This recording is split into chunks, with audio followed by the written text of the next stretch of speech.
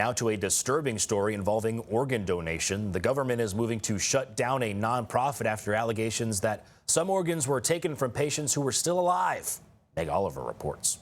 When an organization entrusted with the gift of life repeatedly puts patients at risk, the federal government has the duty to act. HHS Secretary Robert F. Kennedy Jr. on Wednesday announced his department was decertifying an organ procurement organization, or OPO, called Network for Hope, citing a federal review of 351 cases where organ donations were authorized but not completed.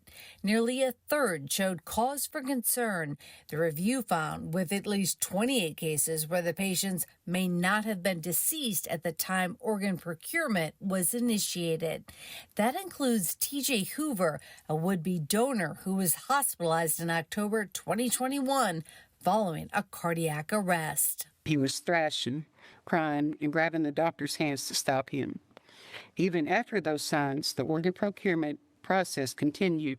Hoover's sister, Donna Rohrer, alleges their family had initially agreed to withdraw life support after they were told he was brain dead. But the federal review of Hoover's case suggests the next day hospital and organ procurement staff documented improving neurologic function.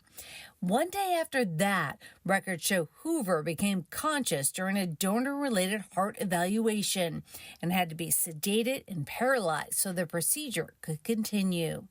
That evening, the review says doctors were preparing to remove his breathing tube when Hoover became agitated and they stopped the process.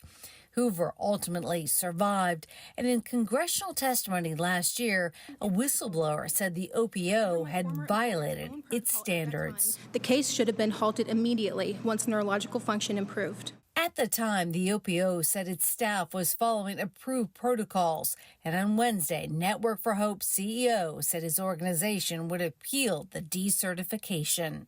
I'm Meg Oliver.